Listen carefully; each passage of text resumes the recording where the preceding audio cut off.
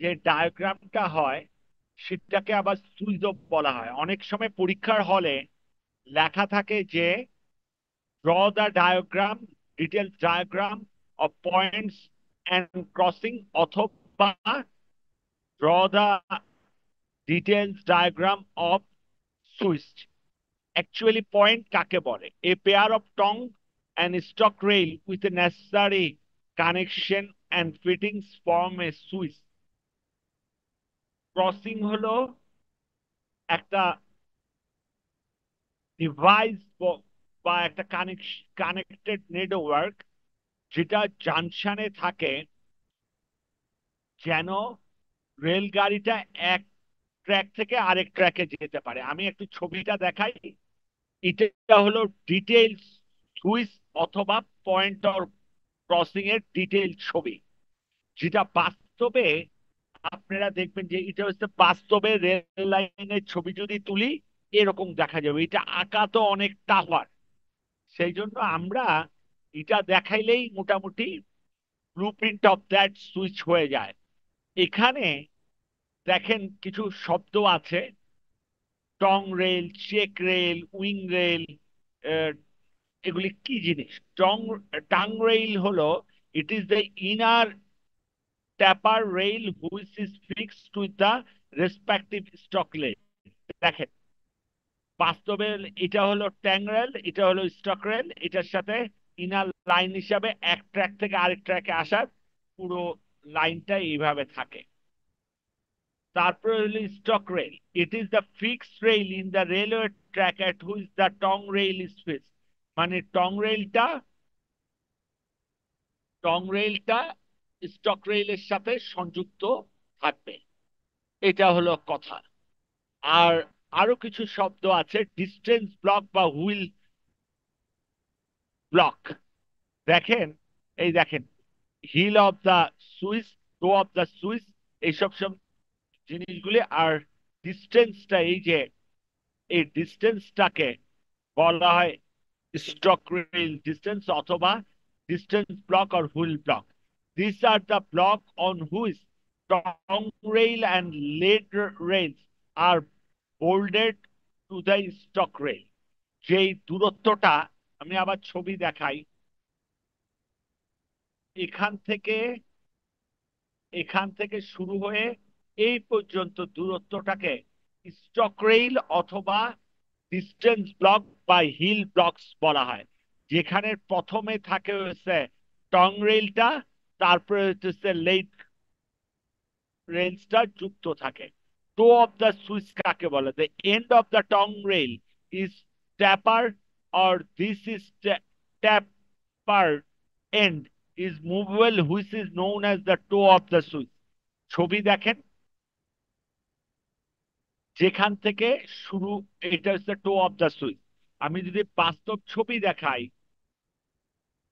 To of the switch দেখছেন, এখান থেকে শুরু। ক্লিয়ার? তার একটু আগে থেকে আমরা যেই লাইনটা বলতেছিলাম যে টং রেলটা বসানো থাকে, কারণ টং রেলটা একটু বড় হবে। ওকে।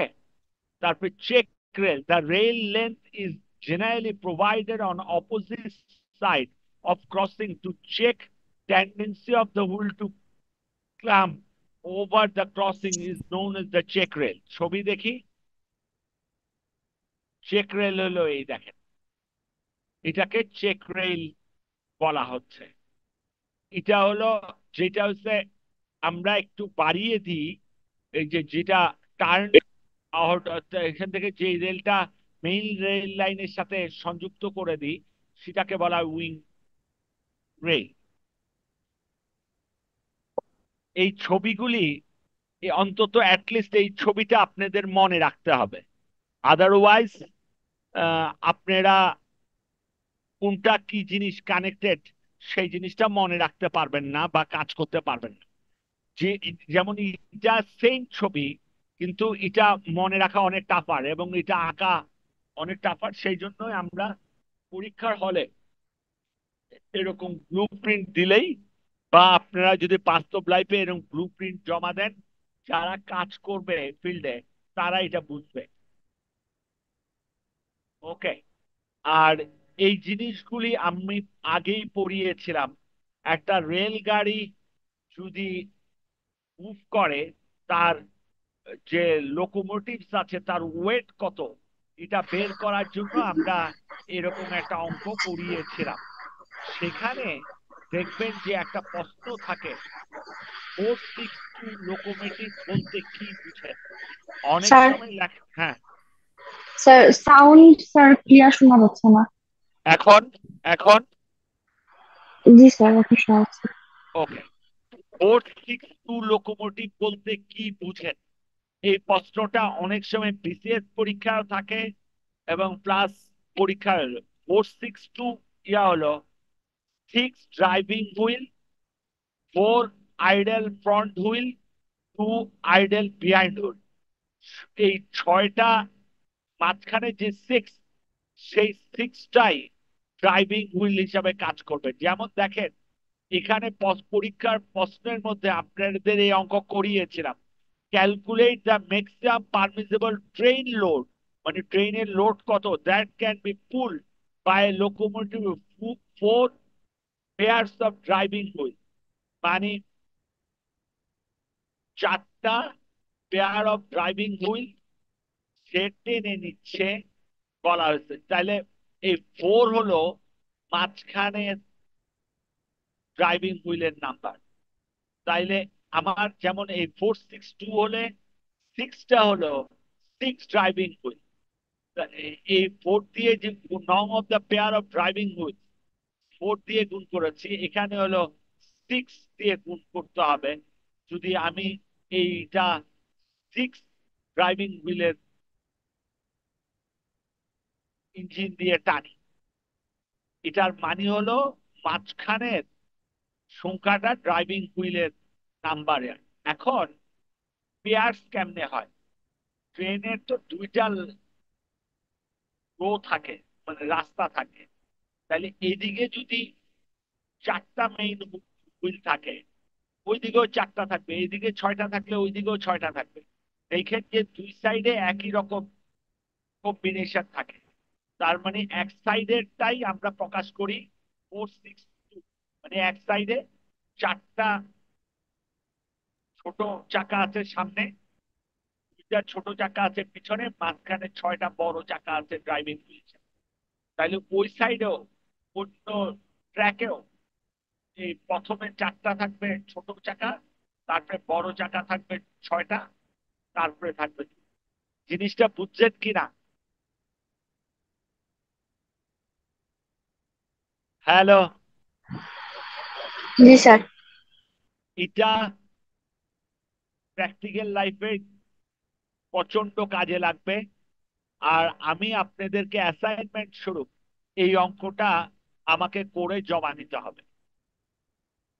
আমি এইভাবে ঠিক করি নাই, আমি যেইভাবে করেছি সেটা আপনারা দেখেছেন, আপনাদের ক্লাস নোটে আছে। সেটা করে আমাকে একটু জমা দিবেন। ক্লিয়ার? জি স্যার। আপনাদের সিলেবাস হলো এতটুক পর্যন্ত। এখন একটা কথা বলে নিই, আপনাদের পরীক্ষায় 4টা কোশ্চেন থাকবে হচ্ছে ফ্লেক্সিবল পেগমেন্ট এবং রিজিড পেগমেন্ট থেকে, আর 2টা কোশ্চেন থাকবে রেলওয়ে। মোট 6টা কোশ্চেনের আনসার দিতে হয় তো, ঠিক না? জি স্যার, 3 গ্রেডের কোর্সে জি 6টা স্যার। কোশ্চেন আনসার দিতে হবে। 6টা কোশ্চেনের আনসার দিতে হয় না? জি স্যার। তাইলে এক মোট 5টা থাকবে, 6টা তো আমার কোশ্চেন করতে হবে 8টা। 8টা না 10 10, মানে 40, 8টা কোশ্চেন করতে হবে, প্রত্যেক পার্টে 30 30। না? Hello, sir, hello. আপনার কথা স্যার খুবই মানে আস্তে আস্তে শোনা যাচ্ছে স্যার। এখন এখন এখন কিছুটা জোরে শোনা যাচ্ছে, কিন্তু এতক্ষণ এখন হচ্ছে খুবই আস্তে আস্তে শোনা যাচ্ছিল। এখন ঠিক আছে স্যার। এখন শুনুন, জি স্যার। আমাকে কোশ্চেন করতে হবে 8টা। তার মধ্যে আপনারা প্রত্যেক পার্টে 3টা 3টা আনসার করবেন, রাইট তো? জি স্যার। তাইলে আহ, ইয়া থেকে কোশ্চেন থাকবে 5টা, মানে হাইওয়ে এবং রিজিড পেগমেন্ট ফ্লেক্সিবল পেগমেন্ট থেকে। রেলওয়ে থেকে কোশ্চেন থাকবে 3টা। তাইলে আপনি অ্যাটলিস্ট 2টা কোশ্চেনের রেলওয়ের আনসার দিতেই হবে। আর আপনি ইয়ার থেকে 3টা কোশ্চেন, দুটা ওখান থেকে 4টা কোশ্চেনের আনসার দিতেই হবে। রেলওয়ে যেন বাদ না যায় সেই জি জন্য স্যার। একটা মেকানিজম করতে হয়, যে অনেকে রেলওয়ে পড়তে চায় না। বা এখন এমন প্রশ্ন করা হবে না যে রেলওয়ে থেকে আপনি একটা কোশ্চেন আনসার দিবেন, অ্যাটলিস্ট যেন 2টা কোশ্চেনের আনসার দিতে বাধ্য হন আপনি।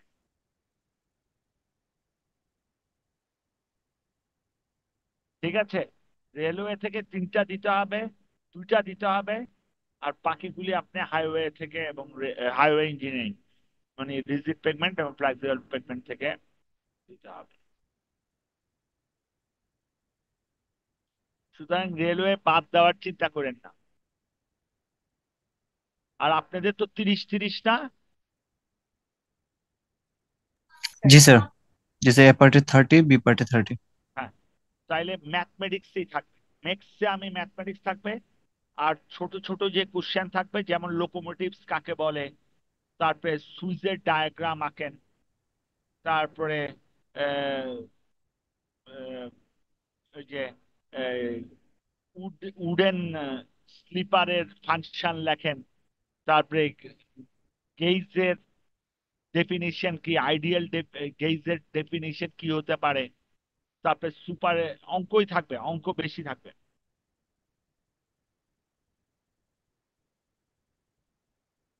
ঠিক আছে,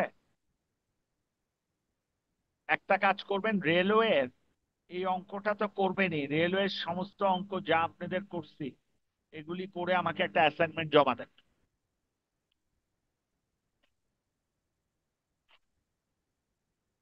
ঠিক আছে, ওকে স্যার। তাইলে আপনাদের একবারে করা হয়ে যাবে। স্যার আমাদের কাছে এই স্লাইড গুলা নাই স্যার, এখন যেটা পড়াচ্ছেন।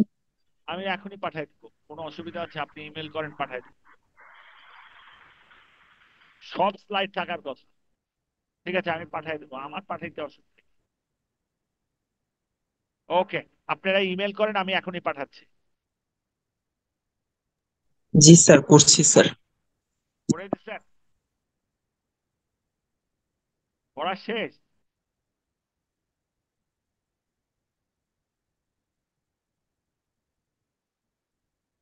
পড়া শেষ?